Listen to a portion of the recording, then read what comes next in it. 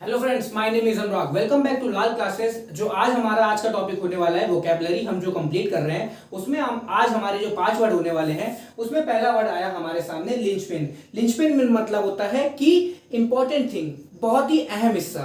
Okay, important thing. और इससे जो हमारा सेंटेंस बनेगा वो है nurses are the linchpin of the health sector. जैसा कि आप जानते हैं कि हेल्थ सेक्टर जो होता है हमारा, इसमें नर्स हो गई, डॉक्टर्स हो गए, ये सब बहुत ही इंपॉर्टेंट रोल प्ले करते हैं। ओके, तो ये हमारे क्या हुए, इंपॉर्टेंट थिंग हुए, बहुत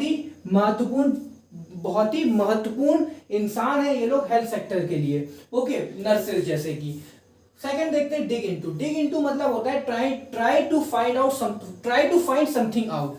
कोई चीज को जानने की कोशिश करना, उसे हम कहते हैं डिग इनटू। तो सेकंड मेरा सेंटेंस बना, we have to dig into the matter to understand why he went there. हमको जानने की कोशिश करनी है, इस मैटर को और जानने की कोशिश करनी है कि ये, और इसको समझिए कि ये वहां क्यों गया। ओके, मतलब कि हमको इस मैटर को जानना है ये समझने के लिए कि वो वहां क्यों गया था। ओके, तो डिग इनटू। थर्ड है हमारा क्यूमुलेटिव। क्यूमुलेटिव मतलब होता है एक के बाद एक चीज जोड़ते चले जाना, उसे हम कहते हैं cumulative. Increasing by one addition after another, एक के बाद चीजों को जोड़ते चले जाना। इससे हमारा सेंटेंस बना, learning is a cumulative process.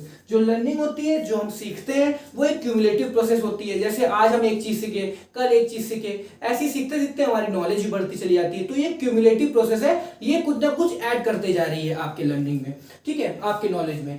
Fourth हमारा आज का वर्ड है कॉम्प्लेसेंट। कॉम्प्लेसेंट मतलब होता है सेटिस्फाइड विद वन सिचुएशन और लाइफ, आत्मसंतुष्ट होना जीवन से।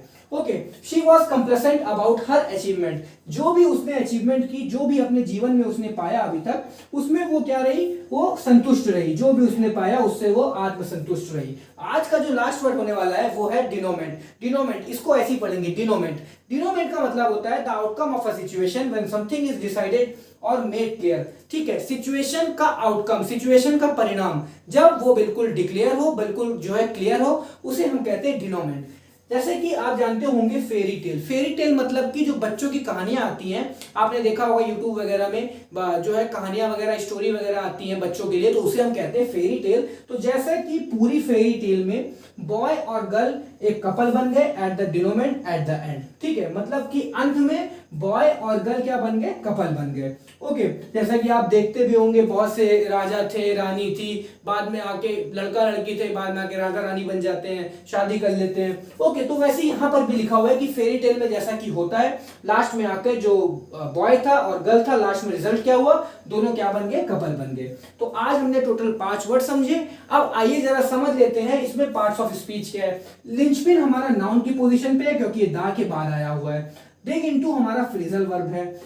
क्यूमुलेटिव हमारा नाउन की पोजीशन पे है क्योंकि ए के बाद आया हुआ है। कंप्लेसेंट हमारा वॉज के बाद लिंकिंग वर्ब के बाद आया हुआ है कंप्लेसेंट, तो ये कंप्लेसेंट हमारा क्या हुआ, एडजेक्टिव पोजीशन पे। फिर डिनोमेंट, डिनोमेंट हमारा दा के बाद आया हुआ है, तो ये नाउन की पोजीशन में आया है। तो आज हमने टोटल 5 वर्ड समझे। चलिए अब कल मिलते हैं तो और 5 वर्ड के साथ। तब तक के लिए अपना ख्याल रहिए, पढ़ते रहिए। थैंक यू सो मच, जय हिंद।